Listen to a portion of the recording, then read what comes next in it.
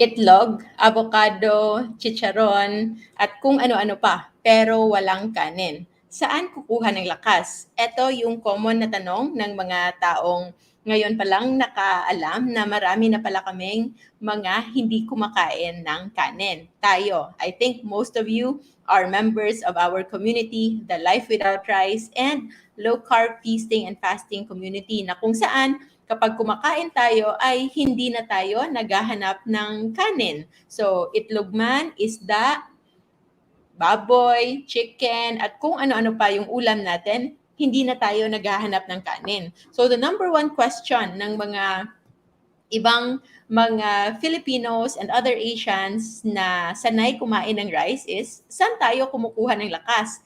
Hindi ba tayo manghihina? Kasi wala na nga tayong kinakain na kanin. Lumaki tayong iniisip na yung only source of energy natin ay kanin lamang. Kapag walang kanin, manghihina ka. They tried skipping one meal na walang kanin at yun nga, nanghina sila and they never tried it again. But dahil ito, ginawa nila ito ng hindi tama at walang alam kung saan nga ba kumukuha ng lakas yung ating katawan. So now, magsa-short discussion tayo.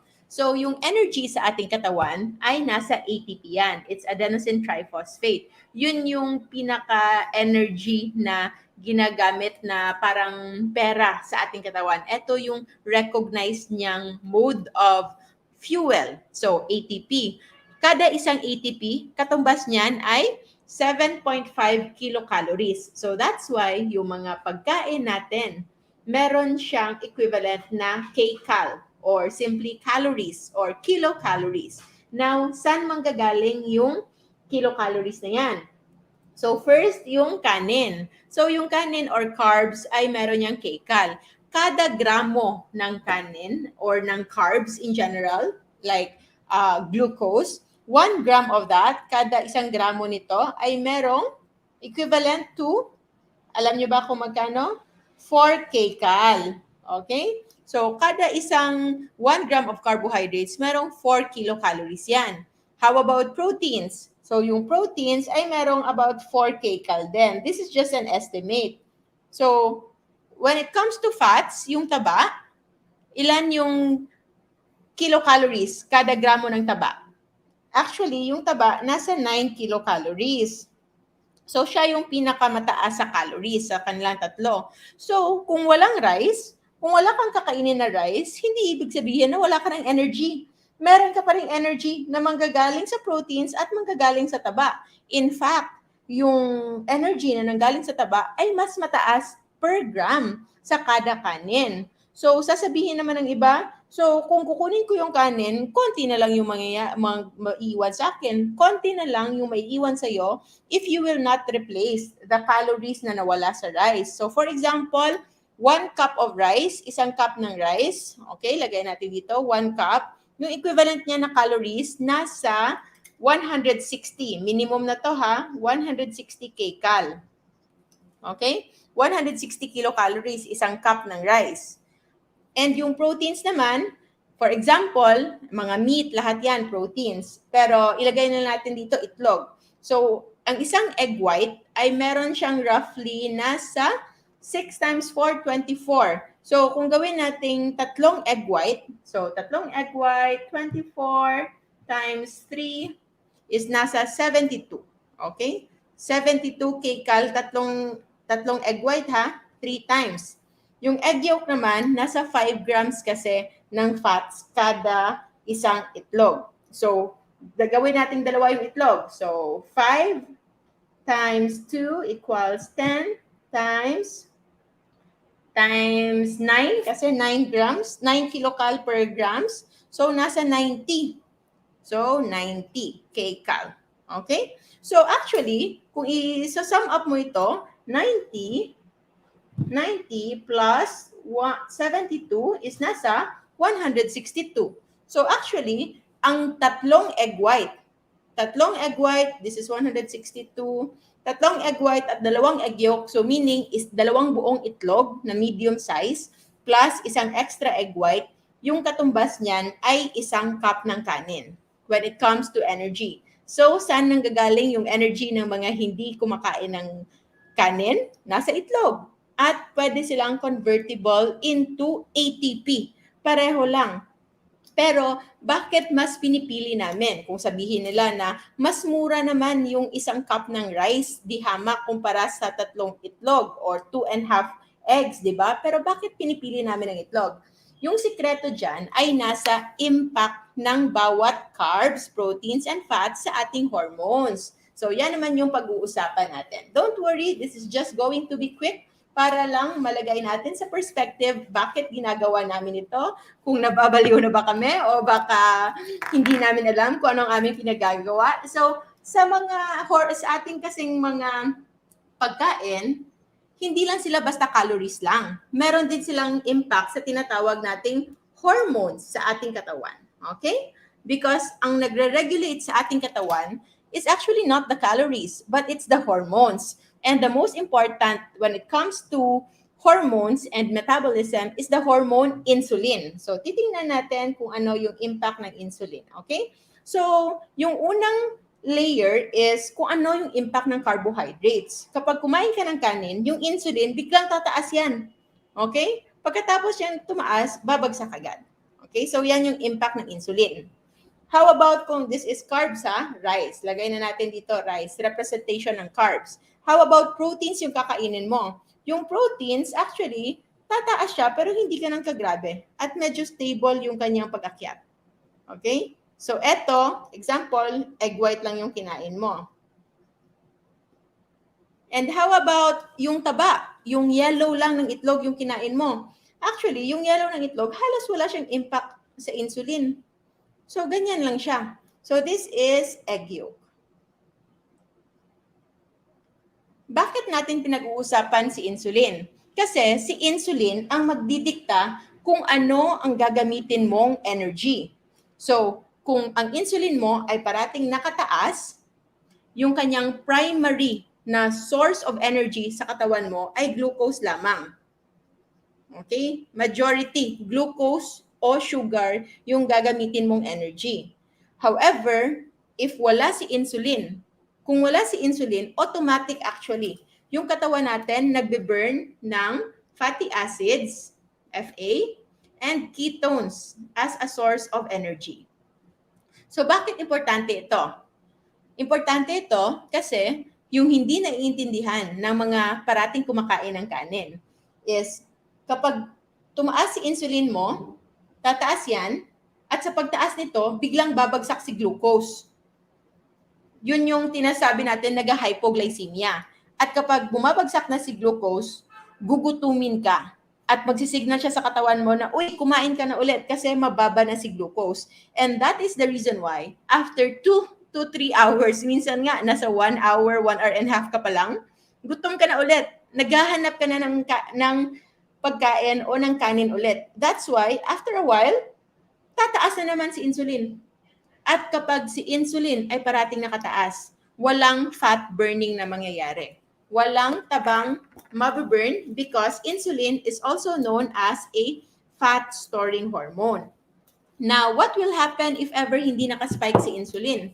Kapag hindi nakaspike si insulin, yung source of energy is actually tatlo. So, tatlo yung source of energy mo. And this is going to be the fatty acid, the ketones, and the endogenous glucose. Kasi yung protein na kinain natin, yung proteins, convertible din siya into glucose through the process of gluconeogenesis. So, hindi ka actually mag-hypoglycemia. Hindi babagsak yung blood sugar mo. That's why, hindi ka maghahanap ng pagkain. Ito yung secret kung bakit marami sa aming naka-low carb ang kayang mag-fasting. And this is also the reason why yung mga taong parating kumakain ng kanin at nakadependent sa carbs like rice, hindi sila successful sa kanila pag-intermittent fasting. Because when you are eating rice, sobrang hirap ng inyong pagpa-fasting. Kasi yung inyong katawan, yung blood sugar nyo, this is blood sugar level, blood sugar level. Kapag kumakain ka ng rice in a day, for example, so this is morning, and then noontime, and then evening, PM, evening, E. So, kapag nandyan, bumabagsak, tumataas, ito yung ating normal na blood sugar, no? This is our normal blood sugar level. Kung kumakain ka ng kanin, bigla-bigla mo siya pinapataas, at dahil sa spike ng insulin, bumabagsak din. So, after nyan, kasi nag-hypoglyca, kakain ka na naman ulit. So, that's why, pag ganyan-ganyan. So, that's why, yung taong kumakain ng kanin, mayat-maya, ginugutom. Whereas, if you are on low carb, yung blood sugar kasi, siya yung parang nagsisignal sa atin ng gutom. Primary. Marami namang ibang factors. Pero yung sugar is one of the major determinant kung ano yung magiging appetite mo. If naka-low carb ka, yung blood sugar mo, steady lang. Bakit steady lang? Dahil yung katawan mo, hindi na siya nagdadepend sa glucose lamang. Majority of your body, yung muscles mo, yung brain mo, your heart, are now using the other energy, which is fatty acid and ketones. At yan yung hindi maintindihan ng karamihan. Because when you are doing low carb, you already have three sources of energy: fatty acid, ketones, endogenous glucose through gluconeogenesis, yung ginagawang glucose ng ating katawan, at ito ay more stable. Kung uulitin natin, saan kumukuha ng energy ang mga taong hindi kumakain ng rice? Sa ulam, sa fats, sa proteins. At ginagawa natin ito because kahit pa mas mahal yung pagkain ng ulam, but we are looking more into their effects sa ating hormones. And high carb intake will spike insulin. At kapag nag-spike si insulin, bigla-biglang pinapababa nito yung ating blood sugar. At kapag bumabagsak yung ating blood sugar ng sobrang bilis, mas nagiging madali yung pagiging gutumin natin. So, yung gutom natin, maximum na yan, 2 to 3 hours, gutom ka na naman ulit. You will need frequent refueling. Mayat-maya kang, para kang mayat-maya na de-drain. Ang bilis-bilis ma-drain ng battery mo. Because when you are eating carbs, it will make you depend on glucose as a major source of energy. Hindi natatap, hindi na-activate yung mga taba sa katawan. How about fats and proteins? Bakit ganon yung ating pinipili? Because fats and proteins hindi magsaspike ng insulin. At kapag yung insulin hindi nagsaspike, automatic. It becomes automatic for us to burn fats for energy. This is the story or the science behind ketogenic diet. Although with low carb, it's not really ketogenic na sobrang high fat, but they are operating in the same mechanism. With low carb, you are actually becoming more metabolically flexible. Pwede kang mag-fuel on glucose galing sa proteins and galing sa endogenous na production of glucose like glycolysis, yung glycogenolysis, pag-breakdown ng glycogen. And this reason is yung insulin, siya yung nagbablock ng fat burning. But without insulin, ang normal state ng ating katawan is to actually burn fats. But hindi na natin yan nakikita, yung pagbe-burn ng fats. Kasi nga, sinosustain natin ng pagkain ng carbohydrates na nakakapag-spike ng insulin. Roughly, insulin's effect, pwede siyang manatili up to 18 hours sa katawan. So, the moment you ate rice, 18 hours after that one, walang fat burning. At 12 hours, a little, medyo bumababa na siya, so meron ng a little fat burning. But if you are not doing intermittent fasting, then forever ka lang naka-fat storing mode.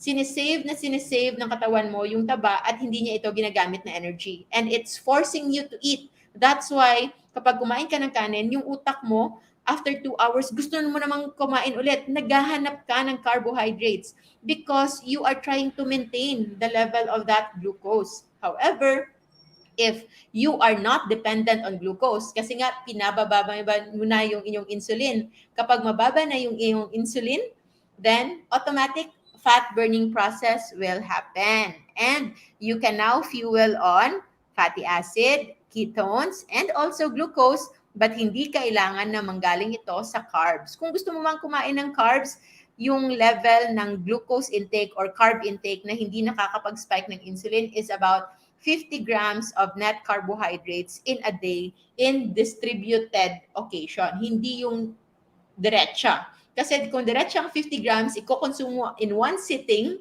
kasi pinili mong like mag-dessert ka, kasi nag-low carb ka, pero hindi mo ma-let go yung dessert, o di kaya gusto mo i-lump sila, then that can still have an effect. So consider the kind of carbohydrates that you're going to take, and yung idea na hindi na tayo nakadepend sa glucose on energy. We are already using fatty acid and ketones. Yung fatty acid and ketones na yan, pwede siyang manggaling sa chicharon, pwedeng manggaling sa taba na nanggaling sa avocado, pwede nanggaling sa itlog, pero pwede rin ito manggaling sa taba na reserve natin sa ating katawan. So, if you have fats to burn, then you are sure na hindi ka magugutom on the inside, on cellular level.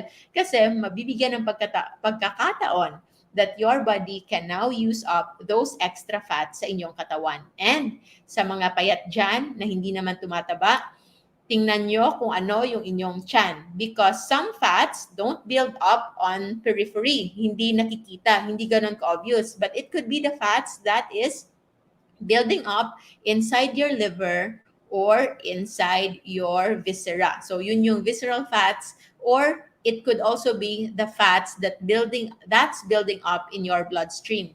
Triglycerides na mataas, VLDL na mataas, yung mga remnant cholesterol na mataas. And that is extra fuel, extra food sa katawan na pwedeng ma-burn. And this is also the reason why tayong mga naka-low carb, yung hindi kumakain ng kanin, rice, pasta, noodles, bread, and other carbs and sweets, ito yung rason why it is easy for us. Madali sa atin makasustain ng only 1 to 2 meals a day because our blood glucose is stable. So, yun lang. Ay, umabot ako ng 17 minutes. Akala ko 10 minutes lang. So, yun lang yung pag-usapan natin tonight. Maraming salamat. I still have work tomorrow. If ever you want more learnings, structured learnings when it comes to low-carb nutrition, you are free to watch all of our videos in YouTube and also in Facebook. Or if you wish to be guided sa inyong mga nararamdaman, if you have specific concerns, specific disease na gusto nyong matuto, how low carb can be applied the right way, how fasting can be done sustainably. Kasi yung low carb, it's our gateway. Ito yung pinaka-best route natin so that makakapag-fasting tayo ng safe. And mas makakapag-fasting tayo nang hindi tayo nahihirapan, because low carb is great and good, but real healing can happen when there is also proper fasting.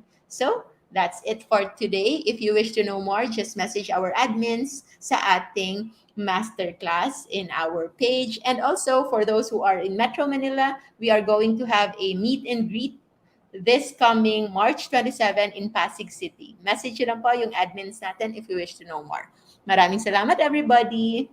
Remember to always stay low carb so that we all stay safe. Have a good night.